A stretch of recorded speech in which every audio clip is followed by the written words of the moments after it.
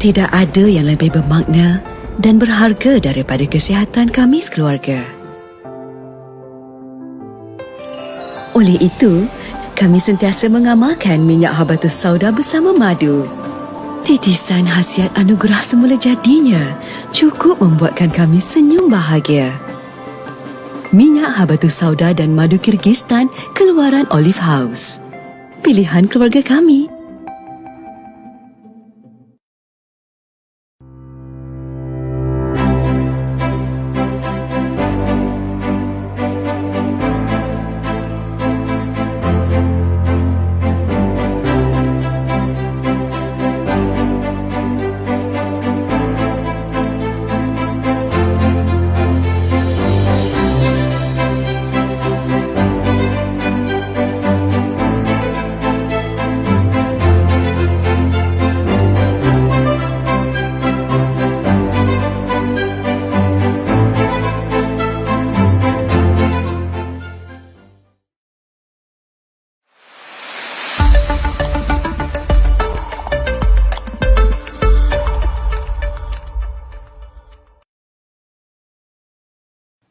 Ya, Assalamualaikum warahmatullahi wabarakatuh. Tuan-tuan, puan-puan yang biasa mengikuti saya dalam Facebook saya, Dr. Zubaidi Haji Ahmad, dan juga blog saya drzubaidi.com. Hari ini kita bersiaran lagi di dua tempat, tambah sekali di page saya sendiri iaitu Dr. Zubaidi Haji Ahmad dan juga Olive House HQ. Hari ini kita bercerita tentang paru-paru tersumbat, penyakit akhir hayat. Ini satu topik yang mungkin kita jarang-jarang dengar tentang masalah paru-paru. Selalunya kita berbincang ataupun berkongsi berkaitan dengan asma yang saya rasa minggu lepas kita telah membincangkan dia dengan secara orang cakap tu santai, dapat perkongsian dari kawan-kawan dan sebagainya. Hari ini kita bercakap tentang masalah paru-paru tersumbat. Jadi saya ucapkan terima kasih kepada tuan-tuan yang dapat bersama saya pada hari ini. Hari ini kita bersiaran lebih kurang setengah jam saja.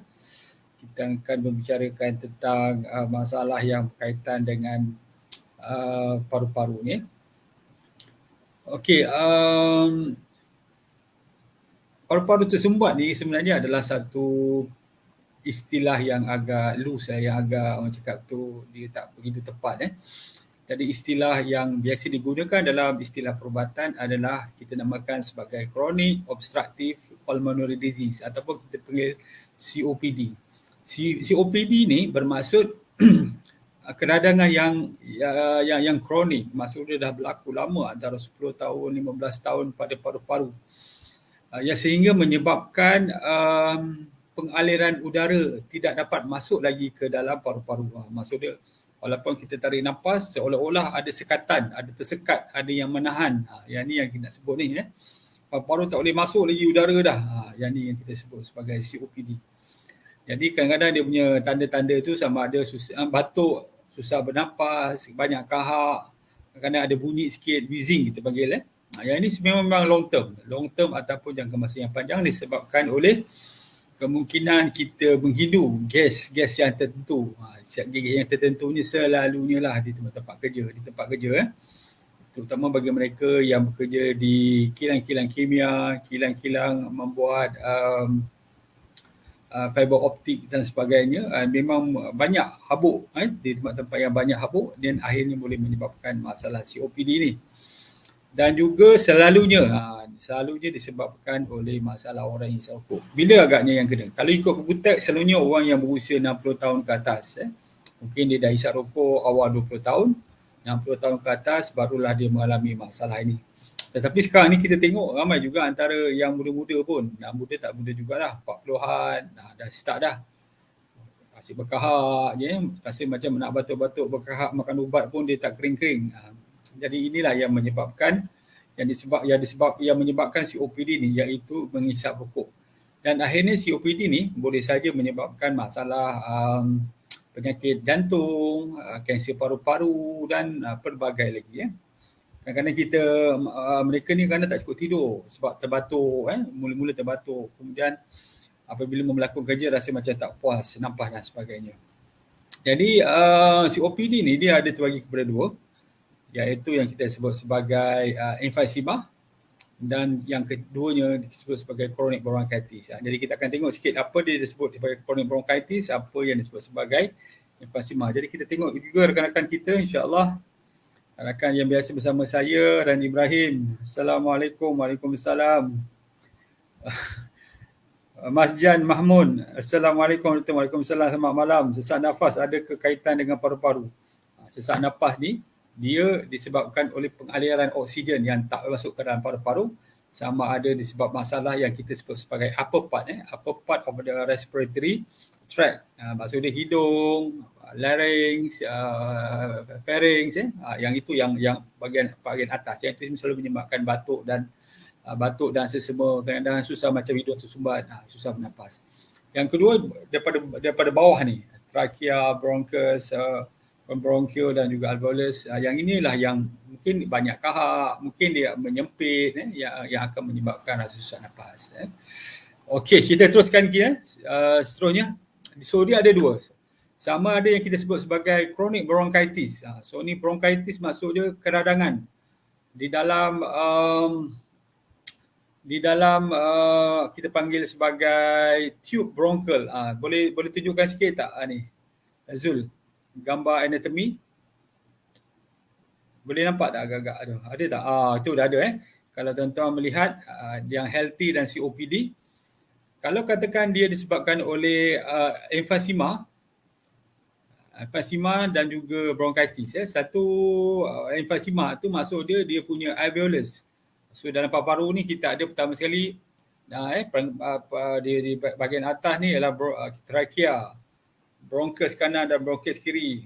Kemudian kita masuk kepada lung. Lung tu dia akan pecah menjadi bronchiole dan juga akhirnya menjadi alveolus. Jadi masalahnya apabila orang tu mengalami keradangan, dia akan menyebabkan bronchus tu mengeluarkan lendir yang banyak. Itu yang pertama. Yang kedua, alveola tu sepatutnya dia ada macam otot yang recoil. Recoil kan, bayangkan ada spring. Spring kita tekan, dia melantung. Tetapi kali ni spring dah tak ada dah. Dia tekan, kita lepas pun dia tak melantung sangat. Dia macam sikit je.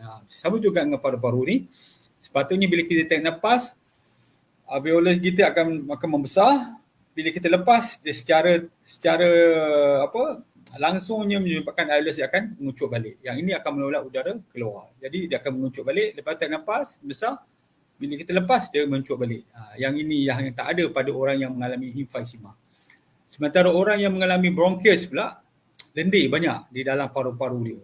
Terlepas lendir saja, inflammation tak berhenti. Apatah lagi, walaupun dah mengalami COPD, dia masih lagi merokok. Jadi lendir tu tak berhentilah. Dan lendir ni selalu kita tengok memang banyak. Cuma yang membezakan antara lendir ni, bronchitis ni dengan sebagai contoh mungkin pneumonia, dia comfortable, cuma rasa banyak lendir, agak susah sikit bernafas. Sementara pneumonia ni memang dah ada demam lah, badan letih, tak boleh nak bekerja. Yang itu kemungkinan pneumonia sebab ada jangkitan virus. Yang ini tak ada jangkitan virus. Hanya keradang disebabkan oleh pendedahan terhadap abuk-abuk dan mungkin gas-gas yang tertentu. Nabila Huda cakap, Assalamualaikum. Waalaikumsalam. Abdul Rahman Adun, Dr. Zubadi, saya sering mengalami hidung tersumbat, banyak kahak dan sering sesak nafas. Mohon tanya untuk meredakan keadaan tersebut. Kalau di bahagian hidung, di bahagian atas ni, ni kita nak sebut tadi COPD ni bahagian paru-paru kan. Ini yang bahagian atas ni mungkin disebabkan oleh upper part of the respiratory tract, sama ada hidung kita. Dalam hidung ni dia ada satu rongga sinus.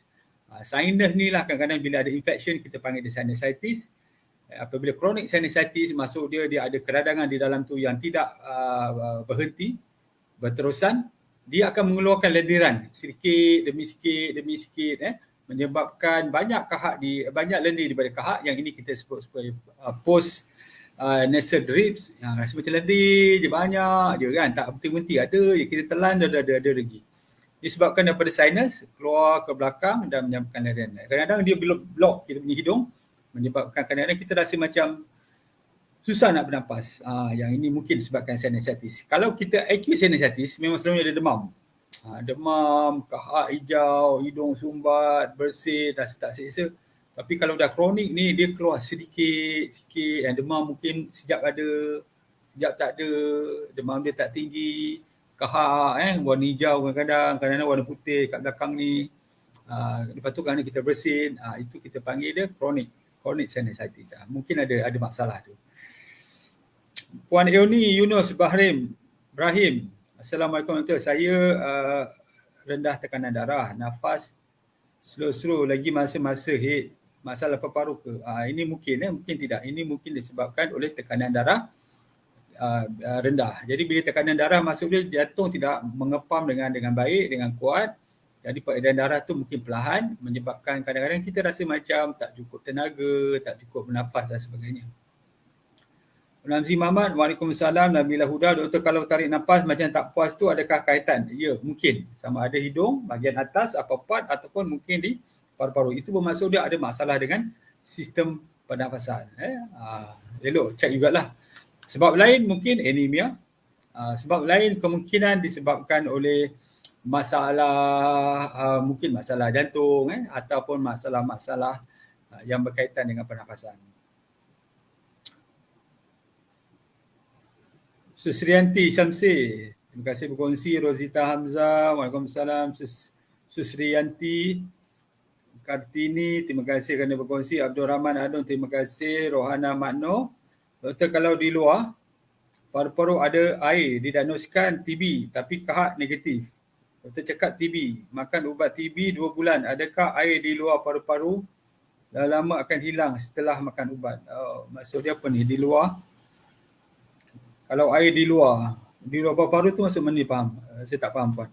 Masalah dengan masalah TB ni apabila seseorang itu disyaki TB. Sebagai contoh, bila dia X-ray, dia nampak ada contoh-contoh TB. Ada jangkitan TB, pulmonary tuberculosis. Jadi doktor akan nak confirmkan, nak tengok kuman tu ada tak dalam paru-paru. Selalunya doktor akan minta keluarkan kahak. Masalah kadang-kadang kita ni apabila kita keluarkan kahak, kita tak keluarkan kahak betul daripada paru-paru. Kita keluarkan saliva ataupun orang cakap tu apa, saliva lah, air liur kita. Jadi bila dalam air liur, dia tak ada kuman TB. Dia daripada paru-paru. Sebab tu kerana bila buat swab, bila buat ambil contoh, tengok negatif. Tetapi X-ray memang nampak. Selalunya doktor akan bergantung pada X-ray. Kalau tengok X-ray nampak macam apa ni memang TB, cuma swab je tadi, contoh sputum kita panggil tu, ada TB ke tak. Kalau tak ada TB pun, kalau X-ray dah nampaknya TB, selalunya doktor dah start ubat lah. Terutama kalau sebab contoh ada demam, demam pun tak tinggi petang-petang, sebab contoh. Lepas tu batuk, dan itu memang ada tanda-tanda TB lah. Batuk TB ni kadang-kadang sikit je. Dia tak betul-betul itu. Kalau betul-betul tu selalunya mungkin ada bronkitis, lendir banyak. Tetapi TB ni selalu dia begitu. Dia macam ada something yang tersekat, bila batuk pun tak berapa kuat sangat. Itu contoh dia. Okey, kita tengok kepada tanda-tanda bronkitis. Tadi kita dah tahu tadi apa dia bronkitis. Bronkitis maksud dia ada banyak lendiran di situ. Bila banyak lendiran di situ, udara masuk terharang oleh lendir-lendir kat situ, menyebabkan tidak cukup oksigen dalam tubuh kita. Ataupun emphysema. Emphysema pula macam saya cakap tadi, apabila alveolus ataupun alveoli tidak boleh mengembang dan mengucup. Dia dah musnah dah dia punya so-called spring dia tu. Dia dah musnah, menyebabkan dia dah tak boleh lagi mengembang, mengucup. Dia dah macam jadi pergerakan udara tu dah tidak cukup untuk menolak udara keluar dan menarik udara masuk ke dalam paru-paru. Yang ini akan menyebabkan pertukaran oksigen tidak betapa bagus. Jadi tanda-tandanya biasalah untuk paru-paru atau sistem pernafasan adalah shortness of breath, maksudnya sukar bernapas, terutama dalam aktiviti fizikal, mungkin berlari ke ataupun setakat naik tangga ataupun berjalan kaki. Dia tengok berapalah keterukan masalah ni. Kadang-kadang dia berbunyi wheezing tetapi dia bukan asma. Wheezing ni kasar sikit. Selalu sebab tu saya kadang-kadang bila datang klinik tu kadang-kadang saya suruh dia batuk dulu kuat-kuat. Bila batuk, lepas tu dah tak ada wheezing dia tu. Berbunyi macam kucing itu kan. Selalunya itu bukan disebabkan oleh asma, tetapi itu disebabkan oleh banyak kahak. Ataupun dada dia macam ketat, dia tak boleh macam tarik nafas, tak boleh lagi dah. Itu pun tanda-tandanya. Selain daripada itu, mungkin ada selalu dapat jangkitan kuman pada paru-paru menyebabkan rasa, ataupun bahagian-bahagian paru-paru lah, terutama sebab banyak lendir. Bila banyak lendir, kuman boleh masuk dan juga boleh membiak di situ, menyebabkan mungkin pneumonia. Apabila tak cukup oksigen, dia akan rasa lemah, letih, tak bermaya. Lepas tu berat badan dia akan mungkin menurun. Sebab dia dah tak ada berselera dah. Sebab nafas pun dah tak ada. Jadi nak makan pun macam, dia akan macam mengganggu pernafasan. Jadi menyebabkan dia tidak selera makan dan akhirnya berat badan akan menurun. Dan akhirnya mungkin juga dia akan ada bahagian bengkakkan pada ankle ataupun pada pergelangan kaki atau bahagian kaki atau bahagian apa ni kita panggil dia sebagai kaki lah, tapak kaki ataupun kaki itu sendiri. Dia ada bengkak dia. Ini menunjukkan bahawa mungkin dah ada komplikasi lain, mungkin dah ada masalah jantung, mungkin ada masalah hati dan sebagainya. Jadi pentinglah bagi mereka yang sebagai contoh dah ada tanda-tanda begini, berjumpa dengan doktor untuk pemeriksaan. Pemeriksaan ini penting sebab kita akan melihat sama adakah betul dia bermula daripada paru-paru. Zul, boleh tunjukkan gambar tak? Gambar sebagai contoh, saya nak tengok gambar orang yang ada bronkitis, X-ray bronkitis.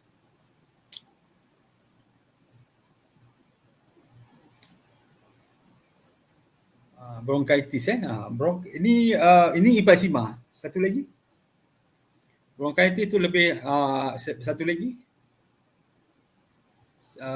Satu lagi. Okey, macam ni. Besarkan sikit boleh.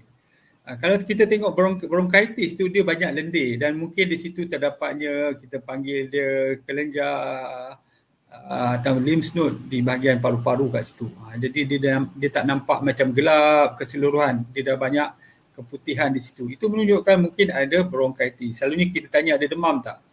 Sebab tanda-tanda pun mungkin serupa dengan pneumonia, tetapi pneumonia ni selalu ada segmental selalunya. Maksudnya ada bahagian-bahagian tertentu. Ini keseluruhan. Selalunya kita tanya ada demam tak? Kalau kadang-kadang dia kata tak ada demam tapi banyak kahak, di situ habis tu dia pula tu ada susah bernafas, ada sejarah merokok yang terlalu lama dan selalunya kita mungkin akan mengatakan bahawa ini adalah bronkitis disebabkan oleh pengumpulan lendir terlalu banyak di dalam paru-paru. Ini salah satu dia lah, X-ray menunjukkan tu. Kalau emphysema pula, boleh tukar Zul. Yang gelap sikit. Mungkin X-ray pertama tadi, ini bukan, ada satu lagi.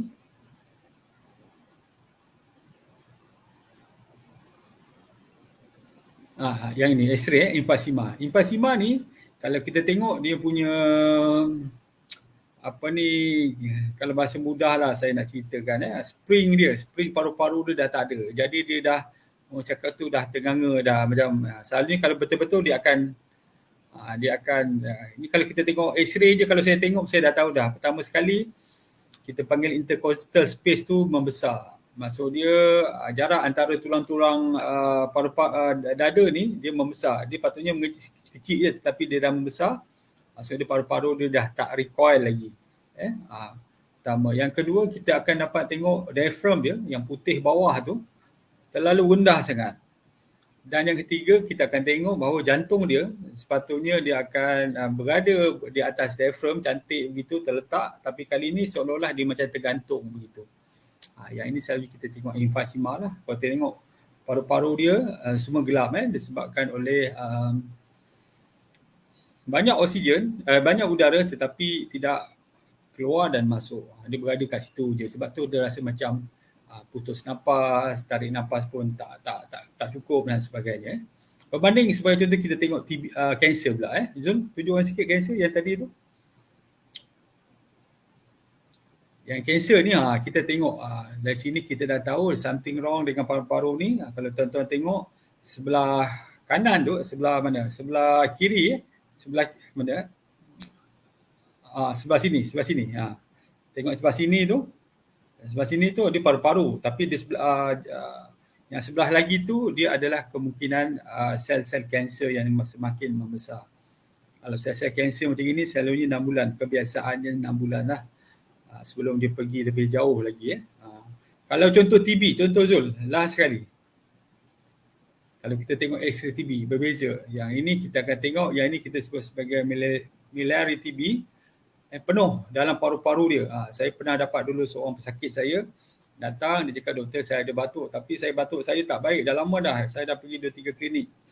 Makan ubat batuk tak baik kan, bagi gas pun tak kurang, kebetulan dia ada asma. Kemudian saya tanya, ada demam tak? Demam tak ada. Mula dia tak mengaku demam. Saya cakap, mungkin ada tak demam sikit je, demam macam tak berapa tinggi tapi ada macam badan tak sedap. Dia kata ada.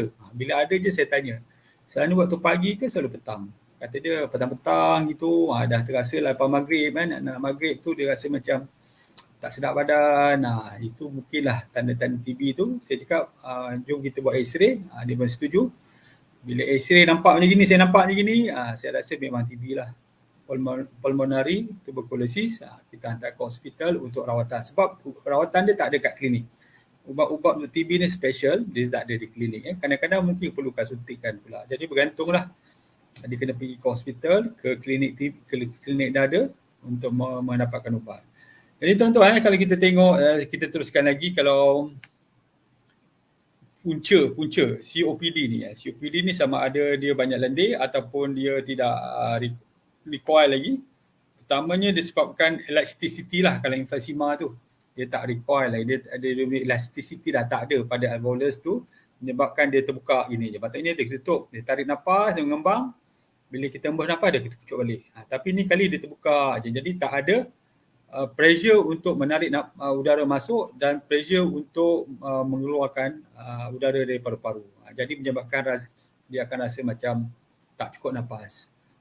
Sementara chronic bronchitis pula, chronic bronchitis apabila terdapat banyak lendir di dalam paru-paru, menyebabkan batuk. Selalunya orang tua, yang isap rokok dah lama dah, 20 tahun, 25 tahun. Jangan pula kita ingat, 20 tahun lama tu doktor. Saya sempat lagi hisap 10 tahun. Jangan. Kadang-kadang lah, tak semuanya. Kadang-kadang belum kita sempat kena masalah COPD ni, chronic obstructive pulmonary disease ni, kadang-kadang kita dah kena pula kanser paru-paru sebab rokok. Jadi bahaya kat situ. Jadi kita tengok rakan-rakan yang lain. Mungkin dia akan berkongsi pengalaman dan sebagainya. Saya tengok, membacakan sikit.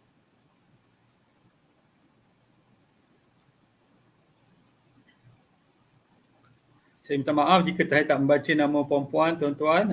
Mungkin saya terlepas pandang. Rohana Makno. Saya tak minta dia ulang semua soalan. Su Abdullah. Sama-sama. Mama Bia. Muhammad, terima kasih berkongsi. Cik Puan Liza Ramli. Waalaikumsalam. Nora Ilia, kahak berdarah. Tu tandanya ada kaitan dengan paru-paru ke doktor? Ini satu lagi, kahak ni. Bila kita berkahak berdarah, dia ada dua selalunya. Sama ada di bahagian atas, mungkin ada luka di bahagian atas, ataupun kita bimbang mungkin ada luka, so-called luka di dalam paru-paru. Luka di dalam paru-paru ni kemungkinan disebabkan oleh sama ada kanser, TB pun boleh menyebabkan masalah jantung. Selalunya dua tu. Kalau katakan kahak berdarah, kita akan cek bahagian atas. Kalau cek bahagian atas tak ada dia punya sumber darah tu, kita bimbang di bahagian dalam, kita bimbang ada dua lah, sama ada kanser ataupun mungkin TB. Atau mungkin yang lain yang kita tak pasti. Jadi kita ambil X-ray dulu. Tengok dua benda ni ada ke tak. Kalau katakan masih tak ada, semua scan semua dah tak ada, tak nampak, barulah kita buat bronkoskopi. Maksud dia masukkan kamera di dalam paru-paru untuk melihat. Mungkin ada masalah, sebagai contoh ada luka-luka disebabkan batuk, selalu batuk dan sebagainya. Dan juga batuk berdarah dan juga muntah berdarah ni sesuatu benda yang agak kadang-kadang mengelirukan. Jadi kalau sebagai contoh orang tu kata batuk berdarah, bermaksud dia batuk kemudian ada kahak keluar darah. Kadang-kadang bila muntah berdarah, selalunya dia projectile. Maksud dia keluar macam itu. Yang tu ada darah kat situ. Sebab tu kena bezakan. Sebab muntah darah, punca dia dari perut. Sementara batuk berdarah, punca dia daripada paru-paru. So beza kat situ. Sebab tu kadang-kadang kita kena pastikan betul sama ada batuk berdarah ataupun muntah berdarah. Sarina Khairuddin, Assalamualaikum warahmatullahi wabarakatuh. Parsi Rakhili Abdul Razak, tanda macam mana ya? Tanda-tanda macam mana doktor cakap tadi? Saya baru masuk tadi. Tanda-tanda dia. Tanda dia ginilah tadi, sebab contoh dia susah bernafas, lepas tu dia rasa macam tak puas bernafas, kadang-kadang ada kahat lendir, berbunyi, wheezing macam orang asma, tetapi bila saya suruh batuk, bila dia batuk tiba-tiba dia hilang pula. Itu maksud dia lendir banyak. Ataupun dia rasa macam last sekali dia akan rasa penat, dia berat badan akan menurun sebab dia tak ada selera nak makan, kemungkinan dia punya dia punya pergelangan kaki atau kaki dia sendiri akan bengkak disebabkan oleh komplikasi lain. Contoh dia ada masalah pula kegagalan jantung, kegagalan fungsi jantung. Jadi tanda-tanda gitulah macam tak puas nafas. Tetapi selalunya berlaku. Ini saya nak beritahu, COPD ni selalunya berlaku di kalangan orang yang bergemas 60 tahun ke atas, selalunya disebabkan oleh rokok. Rokok tak berhenti lebih daripada bertahun, 40 tahun, mungkin ada masalah ini. Atau orang-orang muda jarang, tetapi boleh berlaku. Kita bimbang pula orang muda tak sempat COPD, dia dah ada kanser paru-paru. Okey, faham ya puan?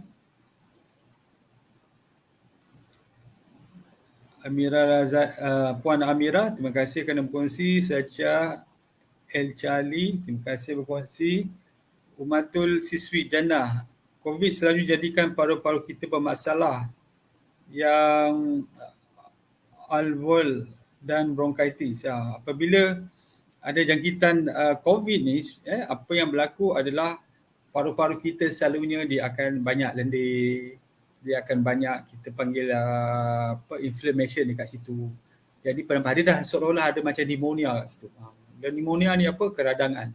Macam mana nak bayangkan keradangan? Keradangan maksud dia kita kalau kulit kita merah, lepas tu keluar pula ada air, paru-paru lebih kurang macam itulah. Dia merah, lepas tu berair, lepas tu banyak lendir, bila bernafas tak puas, lepas tu batuk, lepas tu rasa macam nak demam, letih. Itu orang yang kena jangkitan virus pada paru-paru. Antaranya itulah COVID. Dia mula daripada alveolus, mungkin bronchus, bronchi dan sebagainya. Semua paru-paru yang bawah, yang bahagian atas ni dia sikit saja COVID, tapi masuk ke bawah, bahagian bawah tu yang paling berbahaya.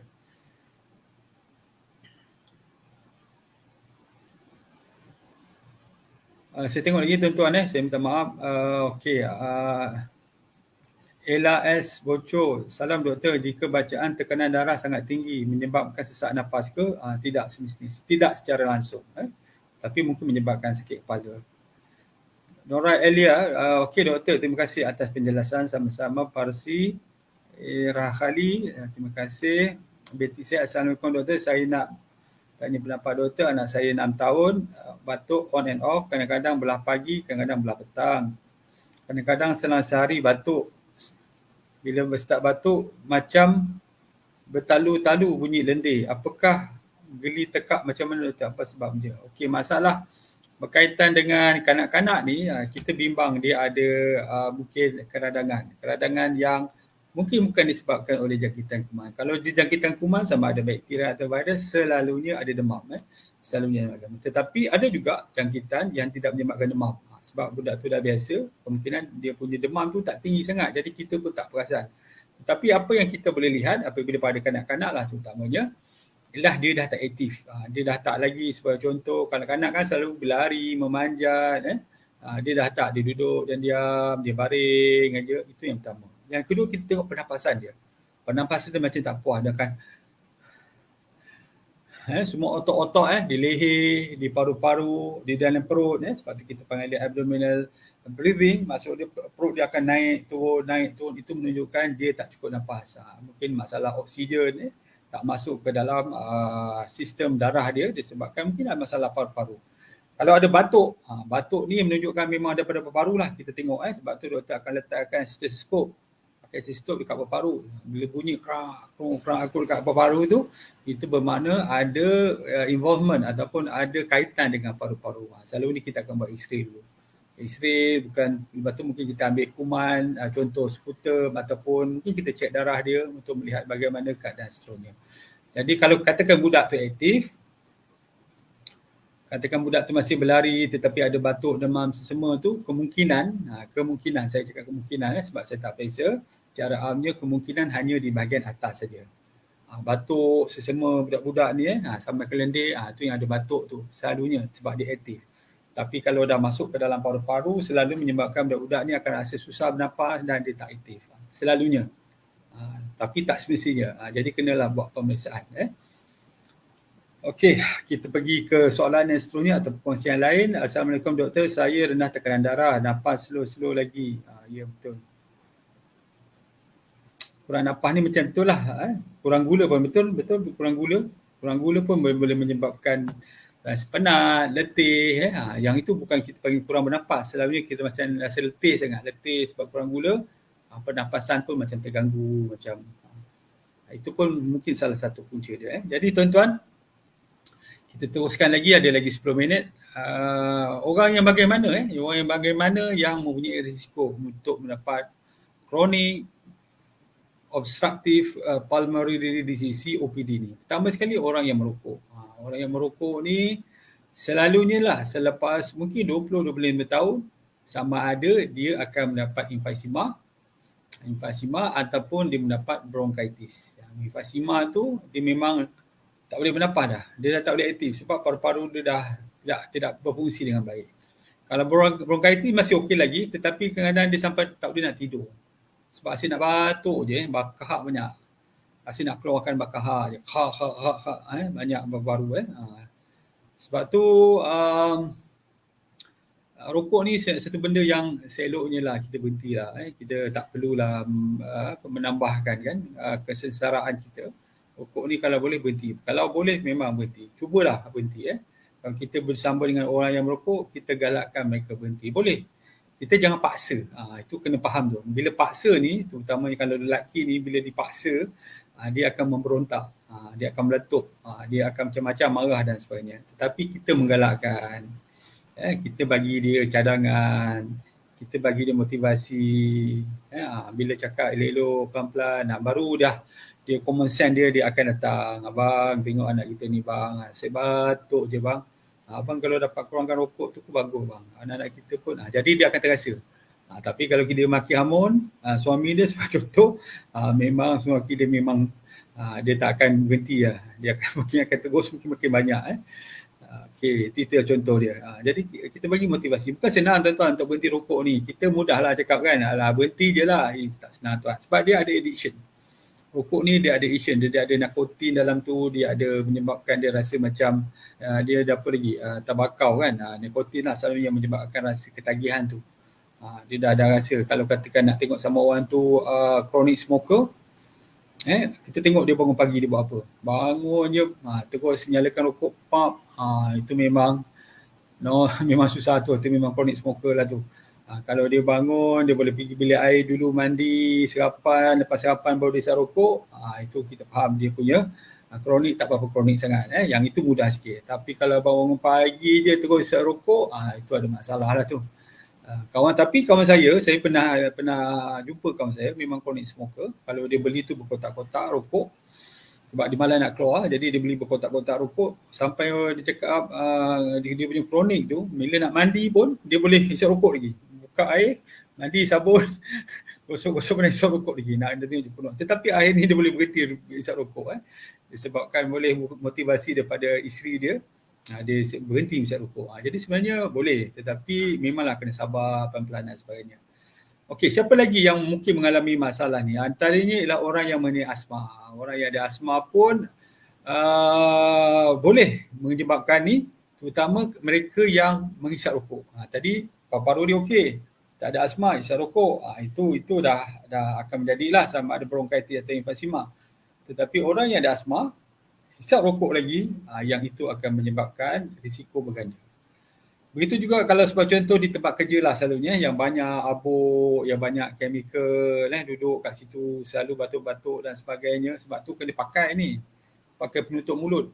Bukan yang biasa punya kain ke ataupun sedikit, dia kena pakai yang sekurang-kurangnya N95 tu yang untuk menghalang habuk yang kecil-kecil masuk ke dalam pernafasan kita, masuk ke paru-paru. Itu bukannya main-main tu. Terutamanya kalau ada berkaitan dengan chemical, itu kena berhati-hati kalau tak dia akan menyebabkan masalah ini. Itu juga orang yang contoh yang ada masalah genetik. Dia ada satu genetik yang kita sebut sebagai alpha 1 antitrypsin deficiency. Macam mana nak tahu? Yang ini kena buat pemeriksaan genetik lah. Pemeriksaan genetik, ambil bakal mukosa tu, lepas tu dia akan tenaraikan masalah-masalah, mungkin kita ada masalah-masalah yang berkaitan dengan genetik, dia akan beritahu. Jadi inilah yang kita boleh tengok sama ada kita ada berisiko atau tidak. Jadi kita tengok pada rakan-rakan kita yang bersama.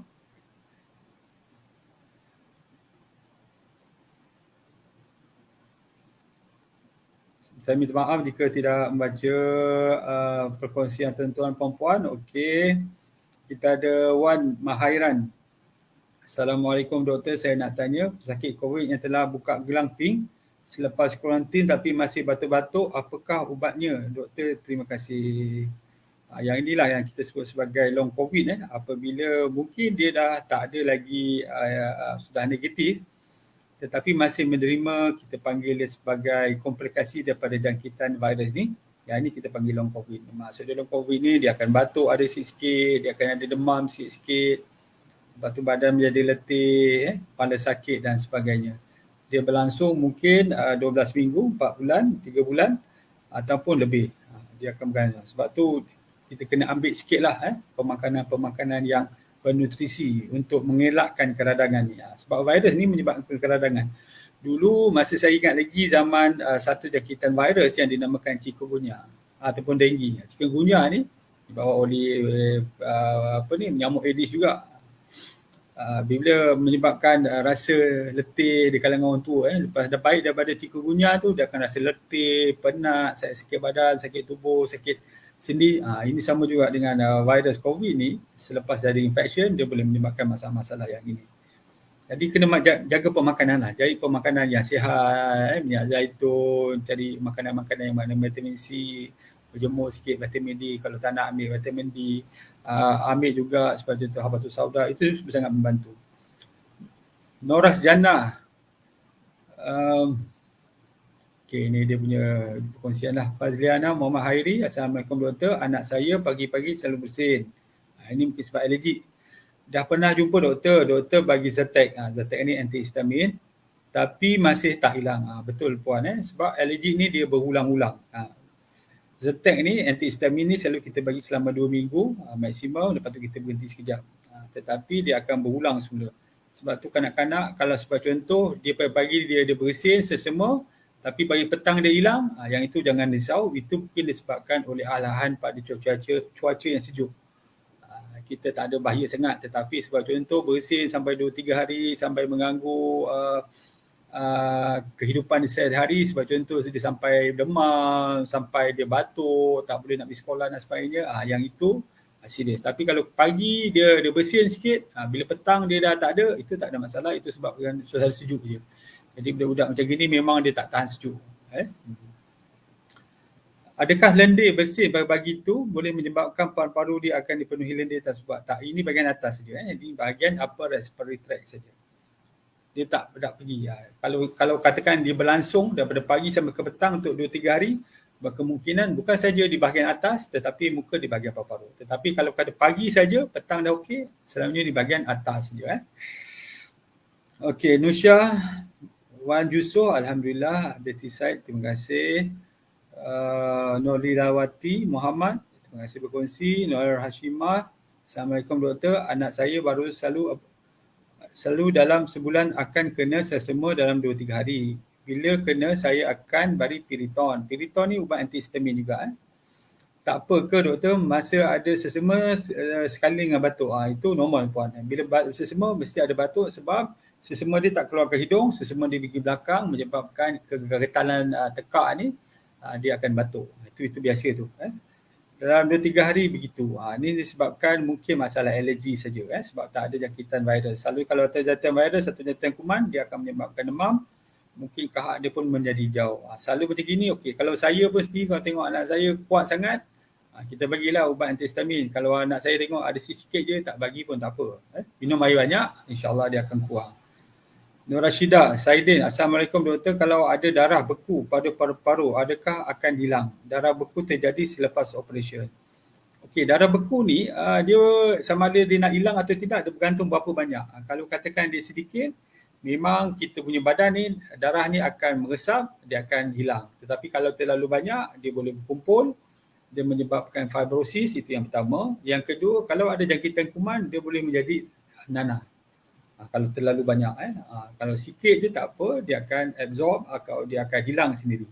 Tapi kalau banyak, dia boleh menyebabkan sama ada fibrosis atau parut, menyebabkan fungsi paru-paru mungkin terganggu, ataupun dia boleh menyebabkan nanah. Jadi selalu doktor kalau tengok darah banyak sangat, selalu doktor dah start antibiotik. Kita takut ada infection kat situ. Sebab darah ni memang kuman senang pergi.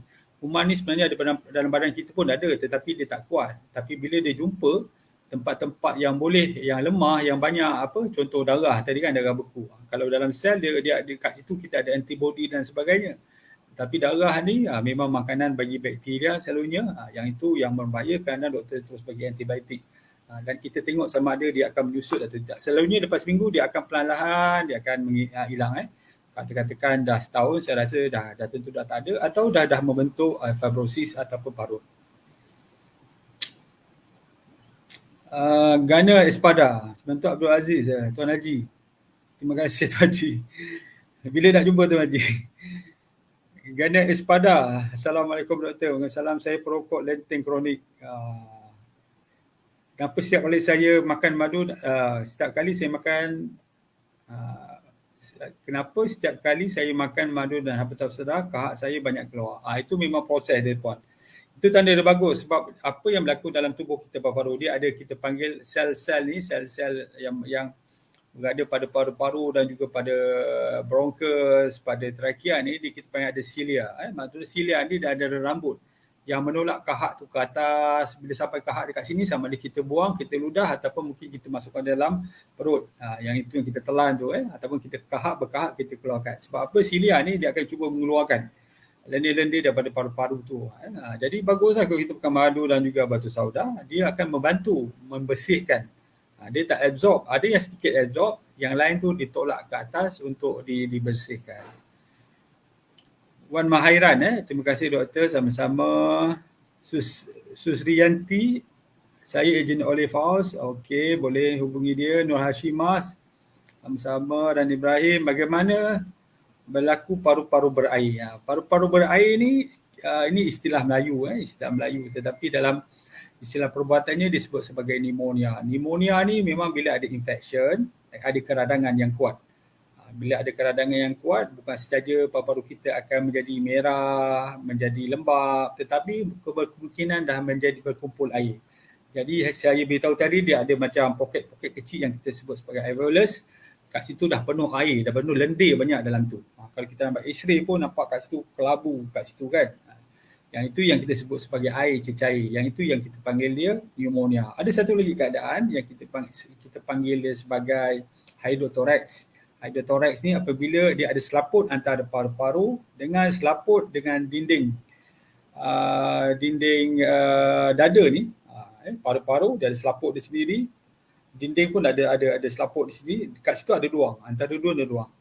Dekat sinilah berlakunya pengumpulan cecair yang kita panggil sebagai hydrothorax ataupun kita panggil pleural effusion. Pleural effusion maksudnya dia ada dekat situ, ada air.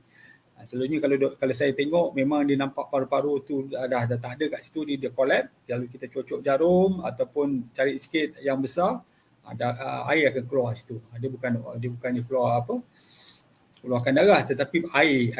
Sebab tu kita panggil pleural effusion. Situ bahasa Melayunya kita panggil dia paru-paru berair. Orang Melayu kita dulu tak ada kemudahan panaskan air untuk mandi. Sebab contoh kalau malam-malam tu, sebab tu dia dilarang mandi waktu malam. Kemungkinan akan menyebabkan paru-paru berair. paru-paru berair ni selalunya dia merujuk mungkin pada orang yang kena orang yang kena asma. Bila batuk kan, kahak banyak kan, jadi orang boleh panggil paru-paru berair. Sebabkan masa tu tak ada kemudahan memanaskan air. Tapi kita hari ni alhamdulillah dunia dah moden, kita ada dekat bilik air pun kita ada shower yang panas kan. Jadi bila kita mandi pun kita boleh menggunakan air yang agak suam, mungkin air yang agak panas sikit berbanding dengan orang zaman dulu mungkin bila nak mandi tu dia terpaksa ambil air daripada kolam tuang kolam kat tanah bawah tu, mandi kat situ sejuk-sejuk dengan tak ada boleh bayangkanlah kalau pagi-pagi tu pukul 5 pagi nak pergi sekolah tu mandi air kolam. Kita hari ni alhamdulillah ada air panas. Jadi sebab tu orang zaman dulu melarang mandi waktu malam sebab paru-paru nanti menjadi berair. Jadi kena faham situasi tu. Macam kita membaca hadis kan atau membaca terjemahan Quran, dia situasi dia bagaimana kita faham. Jangan kita ambil cerita tu kita apply dengan keadaan sekarang, mungkin dia berbeza. Jadi bila orang tua cakap jangan mandi malam nanti paru-paru berair, pada masa itu memang tak ada shower yang panas. Ambil air kolam, lepas tu duduk pula tu dalam hutan kan, banyak pokok-pokok getah, pokok-pokok belantara lagi, suasana sejuk. Jadi kalau kita mandi tu kemungkinan kita boleh mendapat semput, asma dan sebagainya. Jadi bila kita batuk tu, batuk macam berair, banyak lendir. Sebab tu dikatakan bila mandi malam boleh menyebabkan paru-paru berair. Kalau konsep sekarang memang tak berlaku sebab kita dah ada shower panas, kita dah ada pelbagai lagi lah kemudahan-kemudahan lain. Jadi jangan samakan istilah tu dengan kita gunakan istilah sekarang. Macam juga angin. Yang angin perubatan Melayu merujuk kepada poin-poin yang perlu diurut. Badan saya masuk angin. Dalam bahasa sekarang mungkin kita sebut keradangan. Menyebabkan badan sakit, sendi sakit, rasa pening, tak selera. Kita cakap kita masuk angin. Tapi itu istilah yang digunakan. Tetapi kalau kita tak sebut angin, mungkin kita sebut inflammation. Kita ada berbagai istilah lain. Jadi itulah dia perbezaan orang cakap itu ilmu perubatan dulu dan sekarang. Kita tengok sini sebelum kita menghabiskan. Tuan Haji nanti pergi JB saya Roger insyaAllah boleh. Boleh insyaAllah. Dan PKP ni kita kena duduk rumah lah. Saya pun jangan ke rumah. Lepas PKP insyaAllah kita boleh mengopi nanti. Umatul siswi Jannah. Pesakit diabetes dan buah pinggang boleh konsum madu dan habatus sauda ke doktor? Kalau tanya saya tak ada masalah. Tak ada masalah. Cuma jangan ambil terlalu banyak. Sebab orang yang diabetes selalunya dia sensitif pada kandungan gula di dalam makanan dan juga di dalam minuman. Madu memang ada, tetapi madu juga bukan saja ada gula tetapi juga ada vitamin, mineral, enzim dan sebagainya. Sebab tu kalau nak ambil madu sebagai ubat, dia kena cara yang betul. Pastikan tak ambil gula putih lagi. Kurangkan pemakanan karbo. Lepas tu barulah boleh ambil satu sudu madu pagi dan petang, barulah dia jadi ubat. Tapi kalau tuan-tuan ambil madu tapi masih lagi ambil teh tarik, roti canai, makan nasi 2 pinggan dan sebagainya, memang madu tu tak akan menjadi apa-apa. Jadi ibarat kita ambil ubat, pada masa sama juga kita ambil racun. Jadi macam mana baik? Sebab tu gula kena jaga. Nasi putih tu utamanya tukar sikit. Dan juga makanan-makanan tepung putih kena diberhentikan, barulah kita ambil madu, dia akan memberikan manfaat dia. Jadi jumpalah dengan doktor-doktor yang faham dulu. Jangan kita mengikut kita punya logik je, makan madu boleh sihat, tak, dia begitu. Kalau nak ambil minyak zaitun pun sama juga, minyak zaitun, minyak habatus sauda, boleh ambil beberapa titik, mungkin 5 titik sehari pun dah mencukupi. Minum air yang secukupnya. Kecuali kalau dah ada hemodialisis lah, yang itu doktor kata kurangkan minum air. Kita tengok lagi sebelum kita berhenti, dah pukul 10 tuan-tuan. Okey, saya minta maaf kalau saya tak membaca ya. Semakin ramai yang tanya ni. Okey, Ryan Ibrahim saya dah jawab. Liana Ipan, normal ke doktor kalau ambil vitamin C akan keluar kahak? Vitamin C keluar kahak? Mungkin macam saya cakap tadi, macam juga habatus sauda, dia menggalakkan pengeluaran kahak. Mungkin Tapi vitamin C selalunya dia tak menyebabkan tu, dia menyebabkan sistem daya tahan kita akan meningkat dari segi aspek yang lain. Tapi mungkin juga dia akan menyebabkan silia ni berfungsi dengan lebih baik, menyebabkan kahak lebih banyak keluar. Setengah orang tu banyak kahak tu bukan sebab apa, sebab dia dikeluarkan daripada paru-paru tu, dia tolak naik ke atas, itu yang menyebabkan kahak tu. Okey, Mas, doktor, adakah pesakit buah pinggang boleh amalkan madu betul sauda untuk mengeluarkan batuk? Ni saya dah sebut tadi. Ni perbincangan yang lain ni, penggunaan betul sauda dan madu ni, dia ada perbincangan lain. Secara amnya boleh, jangan terlalu banyak, pastikan gula tidak mengganggu peningkatan gula. Nak sambung tanya, ini Yuni Yunus, pasal kahak lepas minum madu tu, adakah ia berpanjangan? Atau selepas habis menolak kahak tu dia akan okey. Itu bergantung pada kahak yang ada dalam paru-paru kita. Kalau banyak paru-paru kita, dia akan terus keluar lah. Contoh orang bronkitis kan, banyak kahak dalam paru-paru. Itu maka ubat batuk pun dia tak hilang lagi tu, banyak lagi. Sebab tu dia rasa macam ubat batuk ni tak berkesan. Bukan tak berkesan, sebab terlalu banyak sangat. Dia mungkin mengambil masa yang lama untuk mengeluarkan kahak tu. Ada lagi. Dah kering sikit, ada lagi. Yang itu ya, yang menyebabkan dia berterusan. Semua serupa juga kalau kita makan madu, mungkin batu sauda. Kahak tu dikeluarkan, tetapi disebabkan terlalu banyak, penghasilannya berterusan, menyebabkan dia seolah-olah dia berpanjangan. Okay, Halimatun, doktor, umur suami saya nombor 1, baru-baru ini batuk-batuk, boleh makan betul surah macam mana? Kalau tak ada masalah, boleh makan, boleh. Orang cakap tu boleh cuba. Okey, Raihan, Syahfinas, terima kasih. Fadli, doktor, macam mana saya dah lama berhenti rokok? Allah, okey, dah lama berhenti rokok, bagus. Dalam 4 tahun macam tu, bila saya berhenti mengejut, masalah batuk dan masih batuk sampai sekarang. Adakah masalah ke dengan paru-paru? Ya, mungkin ada masalah. Yang itu mungkin kita dah sebut tadi dah, mungkin dah ada chronic bronchitis tu. Chronic bronchitis itu disebabkan banyak paru-paru di situ.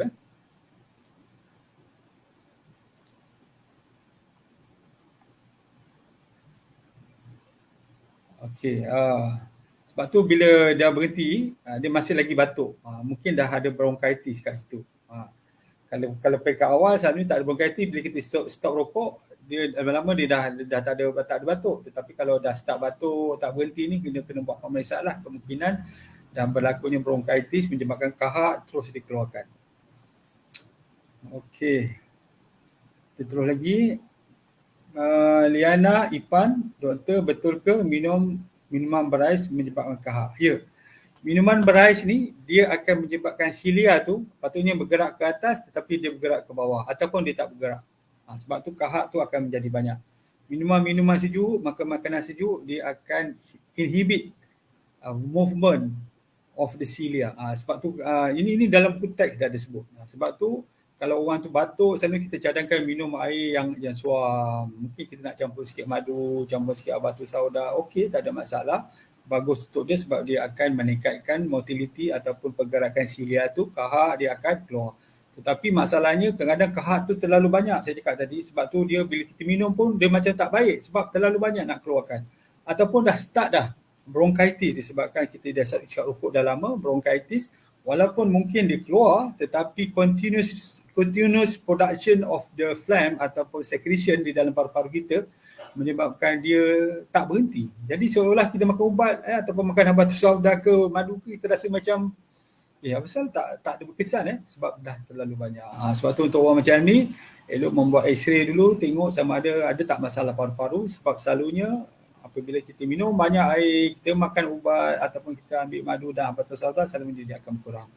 Jadi saya rasa setakat ini dulu tuan-tuan dan puan yang mana sudi bersama saya, terima kasih. Kita dah berkongsi berkaitan dengan kahak dan lendir di badan paru dalam aspek bronchitis dan juga disebab emphysema. InsyaAllah di lain masa, minggu depan kita berjumpa lagi pada masa dan waktu yang sama. InsyaAllah kita jumpa. Assalamualaikum warahmatullahi wabarakatuh. Jumpa lagi.